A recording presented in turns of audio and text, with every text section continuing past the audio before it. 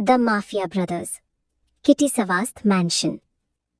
सुबह के 8 बजे एक बॉडीगार्ड मैंशन का बड़ा दरवाजा खोलता है। डंग धीरे धीरे बाहर निकलता है।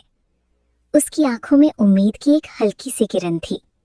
डंग मन में, शायद आज मुझे यहां से जाने देंगे। लेकिन अगले ही पल 2 बॉडीगार्ड्स उसके सामने आकर खड़े हो जाते हैं।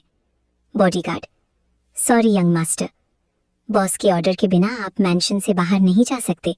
डंग गुस्से में, मैं कोई कैदी नहीं हूं। तभी पीछे से पॉन्ड की शांत आवाज सुनाई देती है। पॉन्ड: नहीं, तुम हमारे मेहमान हो। डंग तुरंत मुड़कर पॉन्ड की तरफ देखता है। डंग: अगर मेहमान को घर से बाहर जाने की इजाजत ना हो तो उसे मेहमान नहीं, कैदी कहते हैं। पूरा मैंशन खामोश हो जाता है। जूंग बस डंग को देखता रहता है। सब ब्रेकफास्ट टेबल पर बैठे थे, लेकिन किसी ने एक शब्द भी नहीं बोला। कुछ देर बाद डंग उठने लगता है। तभी जूंग उसकी प्लेट में टोस्ट रख देता है। जूंग: खा लो। डंग सख्त लहजे में, मुझे तुम्हारी किसी चीज की जरूरत नहीं। वो बिना खाए वहां से चला जाता है। जूंग चुपचाप उसकी जाती हुई परछाई देखता रहता है। पॉन्ड धीरे से बोलता है, हर जख्म भरने में वक्त लगता है। जूंग सिर्फ इतना कहता है, मैं इंतजार कर लूंगा। Secret investigation headquarters. ऑफिसर फूविन को एक नई फाइल देता है। उस फाइल पर लिखा था, किटी सवास्त ग्रुप। ऑफिसर: हमें पॉन्ड किटी सवास्त के और करीब जाना होगा, सिर्फ तभी हमें सच मिलेगा। फूविन फाइल बंद करता है। उसके दिमाग में होटल वाली मुलाकात बार बार घूम रही थी। फूविन मन में, वो माफिया जैसा बिल्कुल नहीं लगा, लेकिन सच क्या है? किटी सवास्त ग्रुप हेडक्वार्टर्स। पॉन्ड मीटिंग खत्म करके अपने ऑफिस में आता है। एक बॉडीगार्ड अंदर आता है। बॉडीगार्ड: बॉस, उस लड़के की इंफॉर्मेशन मिल गई। पॉन्ड फाइल खोलता है। उसमें फूविन की फोटो थी। पॉन्ड कुछ देर तक उस फोटो को देखता रहता है।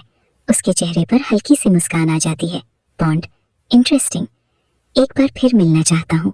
फूविन ऑफिस से निकलकर एक कैफे में कॉफी पीने बैठता है। कुछ देर बाद कोई उसके सामने वाली चेयर पर बैठता है। फूविन हैरान, आप? पॉन्ड हल्का सा मुस्कुरा देता है। पॉन्ड: लगता है हम दोनों को कॉफी पसंद है।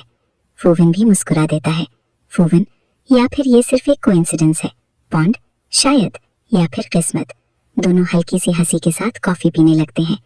दूर खड़ा एक आदमी चुपके से उन दोनों की फोटो खींच लेता है। किटी सवास्त मैंशन, नाइट। डंक बैल्कनी में अकेला खड़ा था। अचानक तेज बारिश शुरू हो जाती है। वो भीगता रहता है। जूंग चुपचाप एक अम्ब्रेला लेकर उसके पास आता है। बिना कुछ कहे अम्ब्रेला डंक के ऊपर कर देता है। डंक गुस्से में, मुझे तुम्हारी फिक्र की जरूरत नहीं। जूंग धीरे से कहता है, फिक्र करना मेरी आदत है। डंक कुछ नहीं बोलता, वो बस वहां से चला जाता है। रात के 11 बजे जूंग अपने कमरे में आता है। वो धीरे से लॉकर खोलता है। अंदर से एक पुरानी याद निकालता है। कुछ पल तक उसे खामोशी से देखता रहता है। उसके चेहरे पर पहली बार एक हल्की सी मुस्कान नजर आती है। वो धीरे से कहता है, लगता है अब वक्त आ गया है कि तुम मेरी जिंदगी का हिस्सा बन जाओ। फिर वो उस याद को संभाल कर वापस लॉकर में रख देता है।